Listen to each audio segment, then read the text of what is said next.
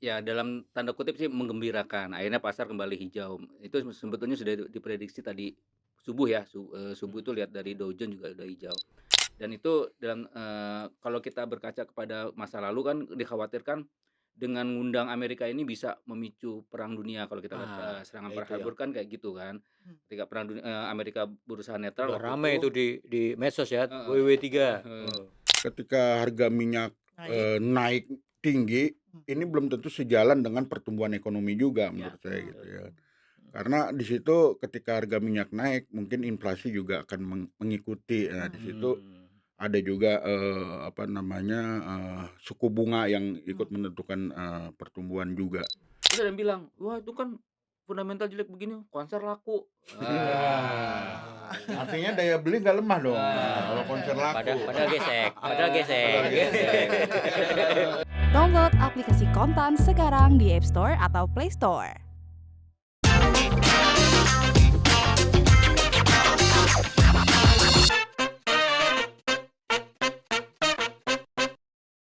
Apa kabar pemirsa Kontan?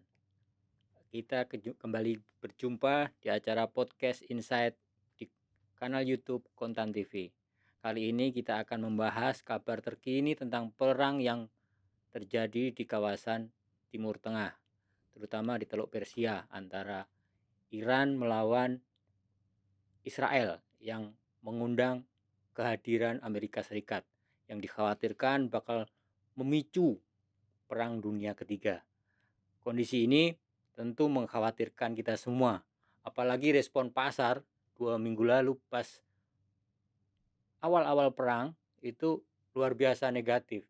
Untung tadi malam ada statement yang menyatakan akan adanya perdamaian atau gencatan senjata, pasar berubah menjadi positif lagi. Nah, di sinilah sudah hadir bersama kita Mas Ahmad Febrian. Sore, Selamat Mas datang, Mas. Samsul. Selamat Ya, datang. Mas Ahmad Febrian ini adalah kompartemen editor untuk eh, investasi di Harian Kontan. Bersama Mas Ahmad Febrian ada Mas Diki Setiawan. Ya, selamat sore Mas Samsul, Pak Ya. Jum. Iya, Dan saya didampingi dengan rekan saya Mbak Jumiati. Beliau ini yang sering membawakan acara di Kontan TV untuk prediksi pasar saham. Jadi beliau adalah salah satu analis kontan oh, yang kita enggak juga. akan Oke. bedah bersama di sini. Nah ini Mas Ian, gimana nih kabar pasar hari ini kita? Ya, Kondisinya nih. oke. Ini ya dalam tanda kutip sih menggembirakan, akhirnya pasar kembali hijau. Itu sebetulnya sudah diprediksi tadi subuh ya, subuh itu lihat dari Dow Jones juga udah hijau. Nah sebetulnya, eee, ya ini yang kita harapin sih bahwa memang ada riak-riak, dalam tanda kutip kecil ini harusnya tidak, apa namanya, yang tidak berdasar ini harusnya tetap bisa membawa, pasar tuh nggak terlalu pengaruh. Nah kalau kita baca di media sosial kalau kata anak-anak Gen Z, ini baby boomer perangnya red flag nih, aneh kan mereka lihatnya begitu. Jadi, ya ini yang memang, harusnya, para investor udah bersikap lebih, dewasa ya. Panik sih nggak apa-apa, hal yang wajar ketika, wah ini begini begini begini, makanya kemarin sampai berapa, 67 ya? Atau Ah, 68? IHSG, IHSG ISG, oh IHSG, iya. IHSG, iya, sementara rupiah itu ya memang, harusnya sekarang ketika titik titik puncaknya Amerika nyerang, lalu dibalas sama Iran nyerang Qatar dan itu tidak mengundang 2 sekutunya Iran, yaitu Rusia sama China Cina, ya. dan itu dalam, kalau kita berkaca kepada masa lalu kan dikhawatirkan dengan ngundang Amerika ini bisa memicu perang dunia kalau kita lihat, Ah, serangan ya Pearl itu yang Harbor kan kayak gitu kan. mmm, Ketika Amerika berusaha netral udah waktu rame itu itu di medsos ya, heeh, WW3. heeh. Ketika Amerika waktu itu kan masih netral tuh. Nah, Mm-mm. ketika diserang Pearl Harbor, ya kalau Mm-mm. dilihat film Pearl Harbor sih Amerika yang menang ya. Padahal kalau kita lihat kenyataannya ya sebenarnya Amerika Iya. yang di situ hancur-hancuran. Nah, baru Amerika masuk dan terjadi Perang Dunia Kedua. Nah, Mm-mm. ya syukurnya yang harusnya sih ini enggak terjadi perang dunia ya. Nggak semoga sampai sih, ke situ, Semoga lah. semoga. semoga. Nah, tapi Tapi memang kemarin pas lagi awal-awal Mhm, penyerangan itu memang mm, sempat ada kekhawatiran ke betul. sana ya, dan betul. dan ini kan, ada nuklir juga di tengah-tengah ini Ya, ya. itu yang bikin Mhm, Ya ini kan bisa jadi kiamat itu ya ah, kalau ngeri-ngeri sedap itu kan. ngeri-ngeri ini banget. Nah, Tapi kalau kalau dari perkembangan ya, Hmm. kalau saya lihat sih nggak tahu ya kalau dulu Perang Dunia Kedua kayak gimana ya. Tapi kalau saya lihat sekarang ini kan perkembangannya tuh bener-bener day by day gitu ya. Day by day. Pagi-pagi Mhm. tiba-tiba Menit malah. menit Mhm. malah. Kan sekarang era medsos ya. Jadi Medsos ya. menit atau detik ya kita Sangat tahu. ini.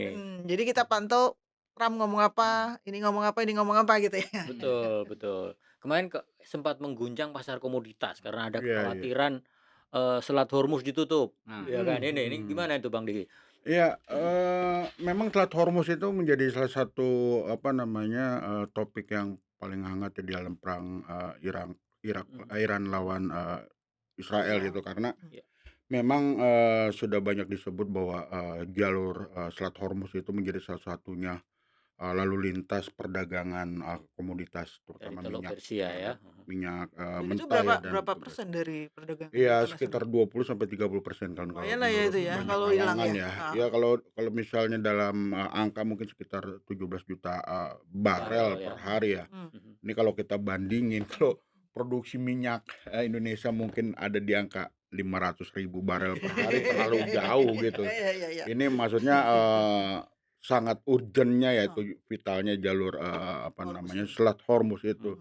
Walaupun kita belum bisa memastikan ya sebenarnya siapa pemilik dari Selat Selat ini. Hormuz Betul. itu karena memang banyak negara di situ yang Punya kepentingan. menggunakan lalu lintas jalur Selat Hormuz itu. Gitu. Dan dampaknya ternyata malah ke Asia. nah, Amerika hanya sekitar kurang dari 0,5% kalau nggak salah hitung-hitungannya. Betul. Itu ya, impor yang dari kawasan itu ya. Ya kalau ini kan terutama dari Iran itu kan paling banyak penggunanya minyak itu kan terutama mungkin Cina ya. Cina. Karena Cina itu bisa mendapatkan harga Murah minyak ya. Iran di bawah harga pasar. Ya karena Iran kan nggak bisa menjual karena memang karena ada embargo ya. Ya mungkin bagi Iran daripada produksi saya nggak terjual ya udah yang penting Diskon ya. bisa diserap. Ya itu menguntungkan mungkin di kawasan Asia itu terutama bagi Cina. Mungkin di sekelilingnya Cina juga ada Jepang juga ya mungkin pengguna-pengguna dari sana gitu. Dan dampak lebih besarnya lagi ke pertumbuhan ekonomi global waktu itu ya kemarin itu sempat Bloomberg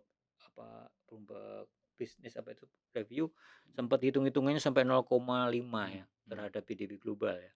0,5 itu kemarin gambarannya seperti apa? Iya kalau komoditas kan memang selalu berkaitan dengan ekonomi ya. Maksudnya gini, ketika harga minyak naik tinggi, ini belum tentu sejalan dengan pertumbuhan ekonomi juga menurut saya gitu ya.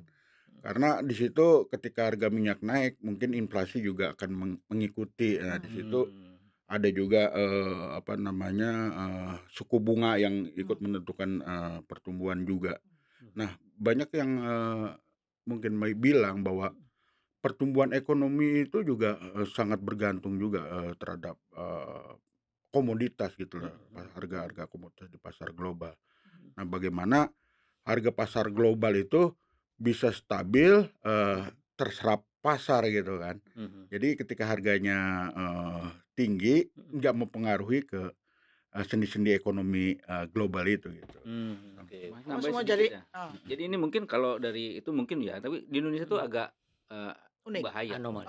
Bahaya. Jadi gini, ketika harga minyak sempat berapa kemarin 75 ya? 75 pas geder itu ya 75 ya. Nah, maka sempat muncul kekhawatiran ini akan menjebol APBN kita kan. Nah, itu khawatir kita. Kali berapa $1 kenaikan harga minyak itu bisa nambah defisit sekitar 3 triliun. Oke. Nah, belum lagi rupiah. Ketika rupiah 100 perak itu defisitnya sekitar 3,3 triliunan juga. Jadi memang kalau ketika orang bilang wah apa pengaruhnya jauh di sana ya memang ya enggak, tapi kalau kita lihat ya seperti itu. Betul karena kita net importir kan. Dan kita nggak punya energi alternatif selain BBM selama ini. Dibangun sih tapi belum nggak cukup kuat ya. Ada sih kan ada bahan bakunya batu bara.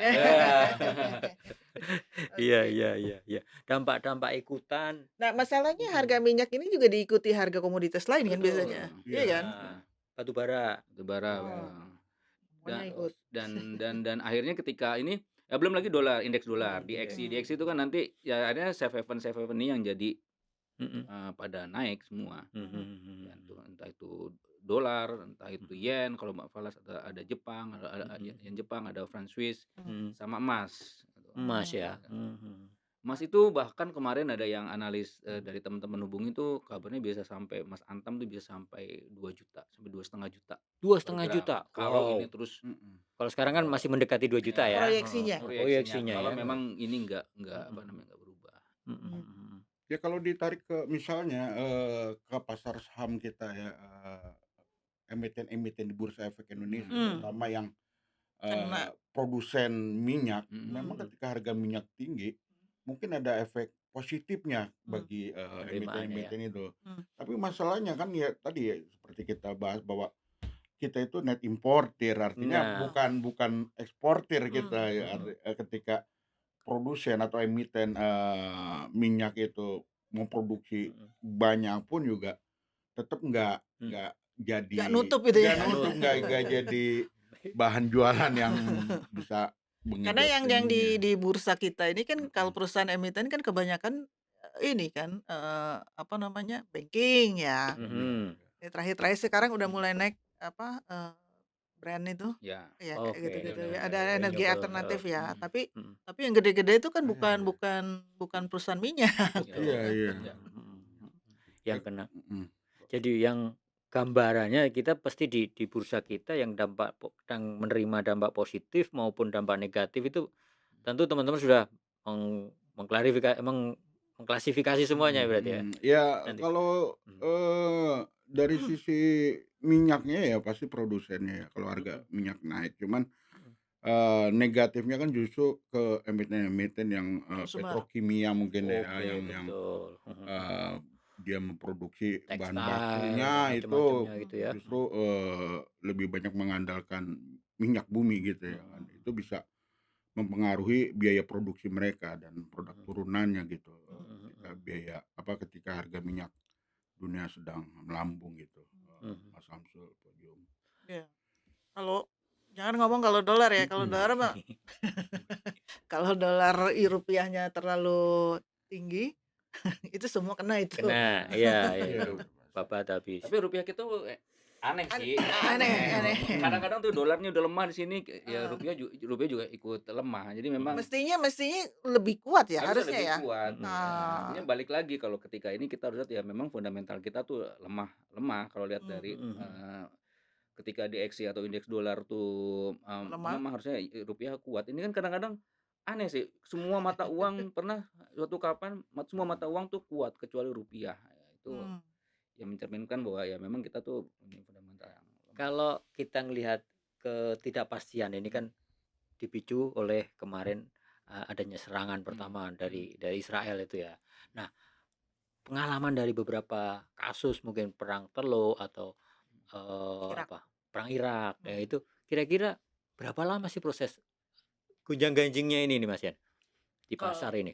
Ini kalau perang Iran itu butuh berapa tahun? Itu kan ada perang Iran kayak sequel film ya, Iran 1, Iran 2. Nah, itu memang agak panjang. Nah, cuma kan kita balik lagi untuk para investor nih kira-kira apa sih yang seperti ini ya kita harus balik lagi sih sesuai horizon investasinya kayak gimana sama sesuai dengan profil resiko mereka seperti apa. Jadi kalau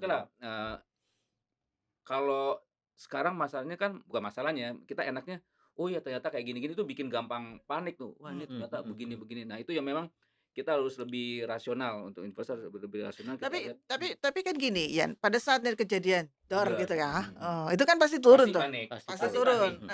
Pasti turun kan. Nah, pertanyaannya kan gini. Mungkin saham-saham ini udah kita pilih nih. Udah bagus nih kita pilih. Pada saat dia turun sebaiknya cut loss apa sebaiknya udah tahan aja gitu. Atau gimana nih? Nah, tergantung horizonnya. Dia mau ngapain. Jadi dia mau day trading atau investor yang jangka panjang. Kalau day trading jelas ya jual ya. Itu pasti dia harus mantau ini. Nah, kalau yang fundamental kan pasti lihat fundamentalnya. Lain dengan kaum yang memang lihat sentimen, ada apa-apa naik turun. Nah, itu mungkin bisa mereka harus mantengin. Cuma kan Ya tergantung sih, pengen investor yang melek terus sambil liatin pasar atau memang ya kita mau kayak, yang lagi rame sleeping investor, kita bisa Oh. tidur, mau ngapain, mau Oh. perang ya tetap bisa tidur gitu kan. Oh. Nah Atau itu ditambahin malah? atau Atau ditambah, ditambahin? ya atau ditambah, Iya, kayaknya turun kan? DCA, dollar cost Iya, averaging kan. dollar cost averaging, ya, atau Ya kayak gitu. ditambahin. Ya mungkin bagi pengelola dana besar gitu Po ya, mungkin yang mereka mengelola dana investor itu, ya mereka akan selalu melihat unsur ketidakpastian. Ketika ketidakpastiannya tinggi, mereka juga pasti menyelamatkan dana-dana investornya gitu kan. Misalnya para Mau nggak mau fund memang manager dijual gitu, ya, iya fair, kan, fair. mereka harus mengantisipasi kemana nih lari duit investor gue itu ke dana kelolaannya ya kan. Ya mungkin ketika ketidakpastian itu semakin tinggi, mereka pasti akan mencari Switching. melakukan switching, Iya. balancing gitu. Iya. Ya memang kepanikan itu kelihatan di pasar ya. Jadi waktu kemarin setelah Israel Iran itu minggu lalu, perang itu sampai kemarin sekitar 4,8 triliun net sell Net sell. Di? Oke. di bursa Bursa kita. Indonesia. Belum yang luar negeri ya? Itu cuma 4 hari ya. 4 hari. Baru 4 hari dong. Larinya ke tadi kayak komoditas emas, macam-macam emas, tadi ya. atau memang Dia keluar. keluar aja? nggak tahu Oh, cash. Itu yang harus dilihat itu kemana. Atau bisa juga dia cash, bisa jadi begitu. Nggak switching ke surat utang gitu nggak ya? Karena sama aja kondisinya ya. Katanya sih surat utang Mungkin yang pendapatan tetap kali ya Mas pendapatan tetap Samsul. itu biasanya Itu yang yang paling itu selalu kalau kita lihat, kita tiap bulan tuh ada kan, imbal hasil tuh berapa. Yang pendapatan tetap ini memang yang konsisten, apapun yang terjadi dia tetap tumbuh walaupun ya kecil kan, high return kan. Jadi mereka ya tetap imbal hasilnya. Karena kalau kita lihat kan bank sentral baik Eropa, Amerika, Indonesia bahkan dia lihat kondisi sering statementnya ketidakpastian, ekonomi turun, tapi ditahan aja di situ. Mungkin untuk nahan ini kali ya, biar nggak kabur banget itu ya dana-dana asing ini ya. Iya memang yang paling ditakutin otoritas atau mungkin ke pemerintah ya. Ya ini bisa dilihat bahwa 3 hari setelah perang Israel Iran itu terjadi meletus, Sri Mulyani Menteri Keuangan kita langsung ini kan bereaksi, berstatement bahwa memang yang ditakutkan salah satunya selain harga komoditas memang capital outflow juga gitu. Itu karena pasti Karena nggak bisa ditahan ya. iya nggak bisa ditahan itu mungkin bisa mereka lari dari pasar negara berkembang termasuk Indonesia ke Negara maju iya ke negara-negara maju. atau masuk ke emas kali ya, gold yang Karena memang dari sisi historis itu tadi seperti Om Iwan bilang itu ya, bahwa ada perang Teluk 1, 2, 3 yang perang Teluk pertama mungkin kalau nggak salah di tahun 88 ya sampai Perang Iran. terakhir tuh di perang Teluk 3 itu 20 Maret 2003. Oh yang terakhir. Terakhir sampai sekitar 15 September atau Desember di 2011. Itu artinya perang Teluk 3 aja 8 tahun. Memang kalau sempat saya lihat data-data pergerakan dana asing gitu ya, bahwa pertama saat sehari meletus perang Teluk 3 waktu itu invasi AS ke ke Irak, itu masih tercatat net buy sekitar 1,6 triliunan. Di tanggal 20 Maret itu 2003 ya. Hanya sehari berselang itu justru malah kabur. Malah kabur sekitar 400-an miliar gitu lah dana yang keluar dari bursa. Artinya memang ini ngomongin bursa kita nih. Iya, bursa kita. Kita. Nge-lag mungkin ya. Ada lag-nya kali ya. Iya, artinya ada pengaruh sedikit lah ke bursa kita ketika memang terjadi perang Teluk itu ya, ini sama hampir persis kawasannya ya. Kalau yang perang Iran Israel ini dalam seminggu 4 triliun tadi Pak Ian ya. 4,8 triliun berarti. Reaksinya berarti lebih reaktif sekarang ya. Kalau sampai kemarin ya kita belum lihat data terbaru per hari ini Selasa di 24 Juni ya. Itu kemarin itu sampai kemarin udah sekitar 53 3-an triliun ya. Hmm. Secara year to date, Year to awal date. tahun. Oke, sewaktu awal tahun ya. Overall Jumlah berarti ya, bukan pas. sepanjang tahun berjalan ya. Bukan seminggu terakhir yang itu bukan Belum, ya? iya. Padahal memang kalau dilihat dari trennya itu sebenarnya Mei itu udah mulai Masuk lagi. banyak aliran inflow kita itu ya kan, sampai Hmm. sekitar Juni, cuman ya fluktuasinya kencang banget. Iya. Ketika lagi masuk nanti tiba-tiba keluarnya hampir mendekati dengan nilai yang masuk gitu, Ya. atau bahkan bisa lebih besar. Ada sentimen positif gencatan senjata semalam yang statementnya Trump itu, meskipun tidak diakui oleh Iran. Nah, kira-kira dengan adanya statement itu kan berarti kan ke sentimen. Nah, dampaknya akan positif.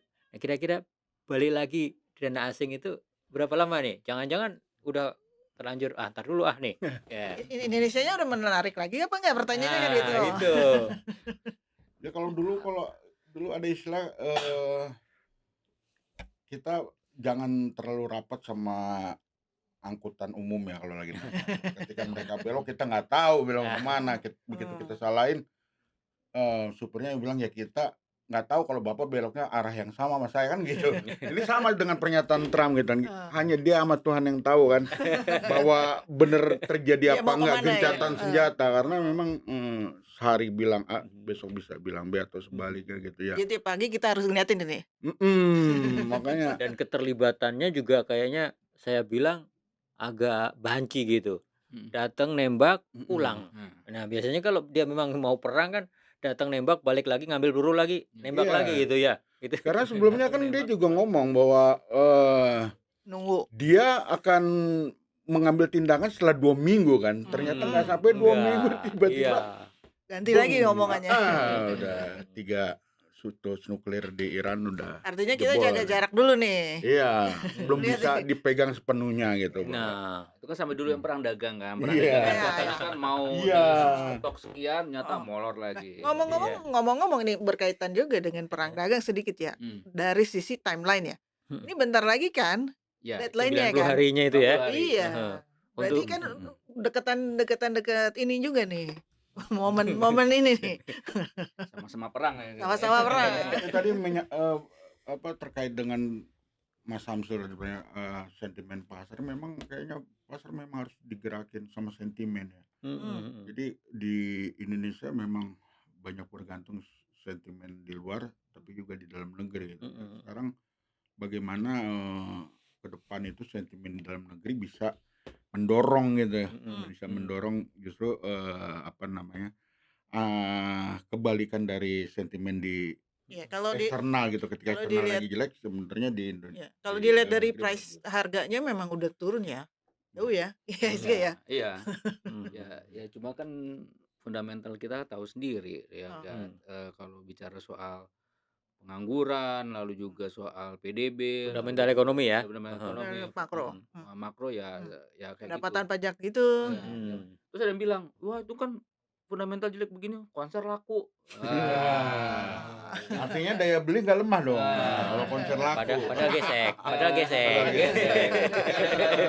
Pinjol naik. Iya, Kalau kita lihat ada benar. salah satu tulisan ya yang pernah tulis di konten juga. Jadi memang itu ada perbedaan antara PDB Jakarta dengan PDB Indonesia tuh jomplang banget. Nah itu yang jadi harus dilihat bahwa inilah bukan yang konser yang jadi indikator gitu ya. yang konser mungkin yang orang-orang Jakarta atau kota-kota besar, yang lain di pelosok boro-boro konser mau makan itu susah banget gitu. Betul. Pengangguran juga banyak Pengangguran banyak. Beli tiket konser itu mungkin yang dibilang 1% oleh Pak Presiden di Rusia kemarin, katanya kan PDB Indonesia hanya dinikmati oleh 1%. Nah, itu mungkin bisa jadi bang dari 250 mungkin juta 1%-nya termasuk Pak Ian. Amin. Beli konser itu, tiket konser ya. Jadi ngomong apa kita jadi konser ya. Ya, itu juga serem juga sih lihat pengangguran. Ya, katanya ada yang mau ngasih 19 juta ya. Ternyata kan kita malah jadi pernyataan-pernyataan dari pejabat juga aneh sih ya, kita jangan kufur nikmat. Jadi itu yang bikin orang tuh sebel. Artinya dengan sentimen global itu akan lebih banyak berpengaruh ya. Meskipun kita katanya punya duit gede untuk MBG macam-macam di dalam negeri itu nggak ngefek ya untuk ke sentimen Nggak ngucur positif duitnya.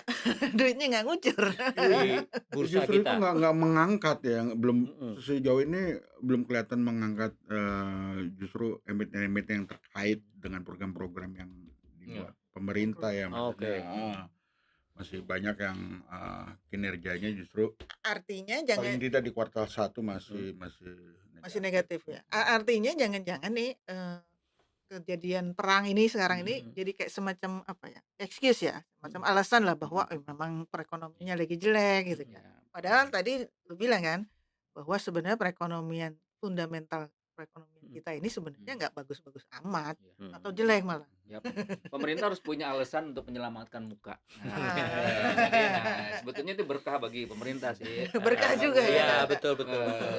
Biasanya Selama begitu. 10 tahun kemarin kan waktu zaman Jokowi kan selalu bilang aman-aman aja kan. Ternyata kan begitu dia udah selesai ternyata ya banyak bom waktu Disisakan. sebetulnya. Bom waktu meledak, utang segala macam ya itu efeknya Paling sekarang. enggak itu penyelamat bagi tim ekonominya kabinet sekarang ya. Setiap kali Ada perang ngadain nih. jumpa pers atau apa, Ada perang. risiko global sangat tinggi. global. Perang ini. Perang dagang. Padahal memang nggak bisa narik pajak, ya kan? Masalahnya kan di situ, ya kan? Dan yang ditarik pajaknya emang Nggak nggak ada. mau bawa. Ya nggak ada. Ada yang Nggak mampu, mampu. ada yang mungkin ada yang nahan, ada yang maksudnya mereka nggak mau keluarin dan memang benar-benar udah diperes-peres udah diginiin Udah nggak nggak ada. ada juga. Nah, Itu dia. penyelamatnya adalah perang tadi ya, Nah, faktor global ini, Iya. risiko global gitu ya. Ini Oke. Ya itu harus dicermati sih bahwa perekonomian kita ini yang tadi seperti Ian bilang kan mestinya itu kita itu ngambil manfaat dari sini bukan memanfaatkan kinerja jelek gitu ya. Ya satu contoh kasus gini ya, program tempo hari misalnya Prabowo itu membuka karpet merah keterlibatan pihak swasta di proyek-proyek konstruksi pemerintah BUMN gitu ya. Tapi sampai sekarang juga belum optimal gitu untuk mendorong kinerja emiten-emiten di sektor Iya. konstruksi bangun karya. Masih banyak yang Ya ini sebenarnya menarik juga sih kita merah mencermati ya perusahaan-perusahaan di bursa ini ya karena kan dia terbuka ya. Jadi ini kayak semacam indikator awal nih sebenarnya perekonomian kita nih lari kemana, iya kan gitu kan. Jadi kalau misalnya perusahaan di sini tuh berkembang, artinya perekonomian kita juga sebenarnya berkembang gitu kan. Iya. Walaupun ada beberapa gede yang belum masuk ya, perusahaan gede ya. Ya kalau kita lihat itu aja Pak, BUMN yang kinerjanya bagus sampai di mungkin kuartal 1 gitu ya di 2025 ini. Karena kuartal 2 belum keluar ya. Ya kebanyakan di sektor keuangan, komoditas gitu ya Yang kan. lain-lain karena nggak terlalu ya. menikmati bunga tinggi, Bang. Iya. Itu kan saya juga ongkang-ongkang bisa kalau kayak gitu kan. Tapi memang itu ada masalah juga ketika kita selalu baca laporannya OJK tuh tiap bulan tuh ada rapat Dewan Komisioner. Kalau kita lihat kredit itu pertumbuhan kredit tuh turun. Melambat terus ya. Melambat. DPK juga pertumbuhannya melambat. Undisbursementnya gede. Betul. Ya kan kalau misalnya di bank mungkin ya bisa kalau misalnya kredit macet mereka tinggal molor Hapus ya? Belum hapus sih masih molor. Oh, belum molorin dulu, molorin dulu. Kalau udah itu tinggal hapus gitu kan. Jadi ya kalau untuk mempercantik laporan keuangan ya hal yang Hapus buku. hal yang bagi itu bisa lah gitu kan. Tapi kan kita harus lihat fundamentalnya sendiri. Betul. Balik lagi ke situ. Kalau mau ngelihat kan tadi misalkan mendorong pertumbuhan, bagaimana kita melihat BUMN karya ini mulai banyak proyek, kan seperti itu. Dan mereka juga pendanaannya gampang. Ya kan gitu. Itu berapa? 80 triliun yang harus di restru total semua Gede BUMN itu. karya. 80 triliun. Oke, di luar dari bahwa perang ini jadi excuse penyelamat bagi pejabat untuk menghapus apa ya istilahnya kinerja buruk, ketidakmampuan tadi. Kira-kira di pasar saham kita gambarannya investor maunya dibawa kemana nih sebaiknya? Kondisi seperti ini nih, apakah di sahamnya atau di komoditasnya dari sisi seperti itu, Bang? Kondisi kita. Ya kalau kondisi kita tuh artinya balik lagi ke awal, kita tuh ya boleh sih dengerin pemerintah, cuma kan akhirnya, balik lagi secara resiko kan kita sendiri yang nanggung kan, kita harus bisa, udahlah anggap aja pemerintah tuh nggak ada ya, kayak kita coba cek dulu nih, kita mau investasi tuh berapa lama sih, 5 tahun, 10 tahun, 15 tahun, 20 tahun, nah kita lihat kita Balik lagi tetap tujuan stick di ya. situ. Misalnya gini, kalau misalnya kita lihat harga emas tuh naik akan sekian gitu kan, naik misalnya ya seperti yang sempat kita tulis kemarin naik 2,5 juta. Tapi kan harus ingat ketika kita beli emas itu kan ada namanya harga buyback. Nah, kita misalnya beli sekarang misalnya harga emas misalnya 1,9. Wah, besok tuh ternyata harga emas naik jadi 2 juta.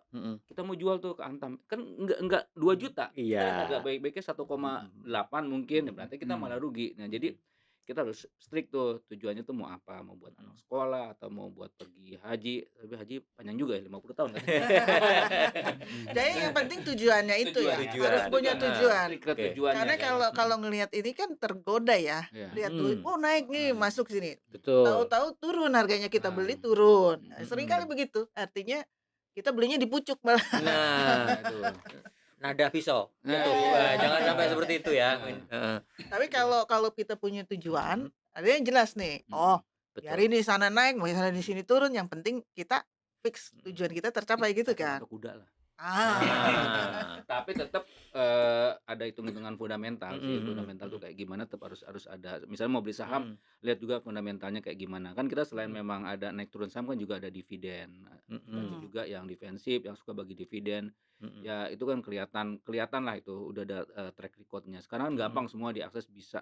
Jadi bisa kelihatan kalau mau ambil saham yang seperti apa. Kalau memang nggak berani di saham, yang walaupun jangka panjang kita bisa ambil yang tadi obligasi pemerintah atau obligasi atau ya memang kalau mau emas agak panjang nggak masalah juga. Ngomong-ngomong, Mas rencana ada mau masuk di ETF ya? Rencana sih begitu, tapi nggak tahu tuh gimana perkembangannya juga. Katanya bentar lagi sih. Jadi nggak harus mengantri lagi di Antam nih. Oh gitu. Kemarin kita Oh, reportase. digodok sama OJK kalau nggak salah itunya. Iya. Bentar lagi, mestinya. Bentar lagi. Mas. Artinya orang kalau mau investasi emas, Nah harus itu bisa. ya kayak semacam reksadana. Ya. Tapi dia lebih apa ya, ETF itu lebih apa sih? Diperdagangkan di bursa Iya, juga. tapi tidak ini fisik berarti kan? Bukan, kayak dia Tapi ada reksadana. Tapi lainnya. ada ini, Lainnya. ada Lainnya ada. underlying-nya. Jadi nggak cuman beli kertas doang. Nanti berarti di pasar berjangkanya Ya. ini ya. Ah, Bukan ya, berjangka, di bursa. di bursa. Di bursa. Bursa. Ya makanya tergantung investor apa mau itu. Tapi kan investor kita masih seneng lihat barang, aduh emas. Nah. Begini kayak apa? Yang suka begini. Nah, begini tuh. Aduh. Ya ini. Ada. Langsung minum ini. Ini baru satu nih di rumah. Di rumah ada di sini juga. Hotman kalah Hotman. Ini sejak perang Iran meletus itu yang namanya Mas. batu. Eh, Virus Iya. itu yang terutama dari Persia. Ah. Itu banyak yang goreng kayaknya. Oh, ini ada juga ya? Karena dianggapnya nih pertambangan dini terganggu Ini di menarik Iran. buat berikutnya. Oh, iya, betul. Betul. Ya, tapi ngomong-ngomong yang tadi, meskipun kita tetap sesuai tarik ke horizon dan apa namanya tujuan investasi, tapi ada dong kalau kita mau memanfaatkan sentimen tadi. Nah, ini kalau kondisi segini, tadi misalkan produsen minyak kah, gitu kan, atau nanti yang perkapalannya jadi jeblok kah, gitu kayak semacam itu. Kalau kita amati ya dari apa namanya tulisan-tulisan yang kita olah gitu ya, kebanyakan analis pasar modal even ke perencana keuangan, mereka selalu mengutamakan lihat profil risiko masing-masing si investor. Kalau memang dia memang tipikalnya high risk high return, ya nggak apa-apa ke saham-saham yang mungkin bisa memberikan cuan besar gitu ya. Memang selama ini pasti ke saham-saham liquid ya, terutama ketika volatilitas di pasar masih tinggi ya. Nah, masalahnya even saham-saham yang di indeks paling liquid pun seperti indeks LQ45 kan juga belum terlalu tinggi gitu ya kinerjanya, kayak kita lihat terakhir itu data Berapa terakhir tahun indeks kayaknya terus begitu. dari 11 indeks sektoral di Bursa Efek Indonesia masih indeks teknologi yang pertumbuhannya kenceng ya sepanjang tahun Oke. berjalan ya, mungkin Yang sekitar indeks teknologi jangan-jangan yang isunya mau mhm. dinasionalisasi itu. Wah, itu paling tinggi tuh kalau Yang kita lihat. asing-asing itu. Iya, Yang di hijau-hijau itu loh. sektoral. Nah, yang itu katanya asing-asing. nasionalisasi itu kita bahas lagi tuh, menarik tuh Iya, nih. bisa karena di antara yang lain itu paling tinggi itu. Sementara Yang lain kayak segitu-segitu harga ya. indeks energi pun juga nggak terlalu moncer juga ya, maksudnya Mhm. belum menyentuh ke double digit lah Mhm. pertumbuhannya di sepanjang tahun berjalan 2025 ini. Fundamentalnya sebenarnya seperti itu ya. Ya artinya Di kan luar sentimen tadi tuh. ya mereka dapat sentimen positif, cuman ya belum bisa mendongkrak indeksnya, Oke. indeks sektoralnya itu sendiri gitu. Oke. Yang muncul cuma perusahaan-perusahaan satu-satu gitu ya. Satu-satu, Dia melakukan aksi iya, korporasi apa gitu ya. dapat respon positif dari Dapat respon pasar positif. itu. Kalau yang paling sering disebut sama analis apa sih misalnya? Analis apa ya iniannya, Kondisi ini yang dalam misalkan berapa tahun terakhir berapa minggu terakhir ini, seminggu terakhir lah. kalau analis selalu menyarankan ke saham-saham yang defensif Defensif, ya. selalu Oke. Selalu mereka. Karena Defensif itu balik lagi ke konsumer. barang konsumsi ya, Ah. sama gitu. Karena dianggapnya semua orang pasti butuh. Pasti butuh makan ya. Oke. Mau perang mau apa Iya, makan tetap. yang nggak Iya. terlalu sensitif lah dengan kebijakan eksternal maupun internal gitu. Oke. Bunga gitu ya, mereka fine aja selama orang masih makan, Betul. penjualannya masih. Tapi ngomong-ngomong kalau ini switching antara aset gitu, Yan. Kalau misalnya katakanlah di saham ini kan sekarang dalam berapa tahun terakhir ya? Indeks lah, ngomong indeks lah. Ngomong indeks itu kan cuma berapa persen sih? Single digit kan ya kenaikan ya berapa tahun terakhir ini. Apakah mungkin dibandingkan misalnya dengan tadi pendapatan tetap obligasi tadi, gimana? Mendingan mungkin saatnya di dalam ketidakpastian seperti sekarang ini kan, apakah mungkin switching ke obligasi misalnya gitu, obligasi pemerintah lah ya dulu ya, jangan yang lain-lain dulu nih, nanti aneh lagi urusannya nanti. Gimana? Ya bisa kalau mau ke obligasi pemerintah karena dia dapat berapa tuh sekarang? kalau yang ori ya, ori kan sekitar 6 sekian persen lah. Ori itu masih lumayan lah kalau untuk kayak gitu. Cuma kan kalau di apa namanya balik lagi tergantung horizonnya tuh kayak gimana. Kalau memang mau parkir di ori ya sementara ya nggak masalah. Atau memang kalau enaknya kan enaknya. Kalau misalnya saham kan kita bisa ada dividen. Nah itu yang mungkin yang orang tuh nggak ngeh juga bahwa ini ada dividen. Cuma Ada tambahan ya? ada tambahan. Cuma kan nggak tahu nih. Kita lihat lagi di indeks apa namanya yang indeks yang sering bagi dividen itu kita lihat tuh emiten apa. Nah itu kelihatan tuh kan ya. Kita bisa ambil di situ. Indeks High dividen itu. Nah, kita bisa di indeks kalau mau ngarepin dividen. Jadi kita nggak usah. Jadi acuannya. Ya masa kita udah keluar duit masih pusing juga ya. Udah kita kalau mau santai-santai ya gitu atau kalau mau di situ juga nggak apa-apa kalau mau ke obligasi. Kalau obligasi lebih ke minimal dapat 6% itu dapat lah ya. Merem 6%. Tapi kalau misalnya siapa tahu bisa dapat lebih saham, oke lah gitu kan. Tapi dapat ini 6%. Pertanyaannya dengan kondisi yang ketidakpastian pasti untuk cara yang ada nyangkut dulu. Kan katanya Indonesia terang. Jadi Indonesia terang. Oke. Baik, Mas Ian, Mas Diki, Mbak Jum, terima kasih. Ini diskusi kita kalau memang kita lanjutkan itu kita bisa sampai pagi ini. Memang kita menarik apa yang kita diskusikan tadi. Memang balik-balik untuk menyikapi gejolak di pasar saham, pasar keuangan kita, balik lagi ke tujuan investasi kita tadi Mas Ian ya.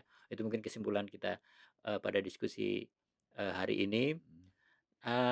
Kita akan jumpa lagi dengan diskusi-diskusi lainnya di podcast Insight Kontan TV. Sampai jumpa. Keputusan bisnis terbaik datang dari data, bukan tebakan. Mudah berlangganan Business Insight dengan subscribe with Google.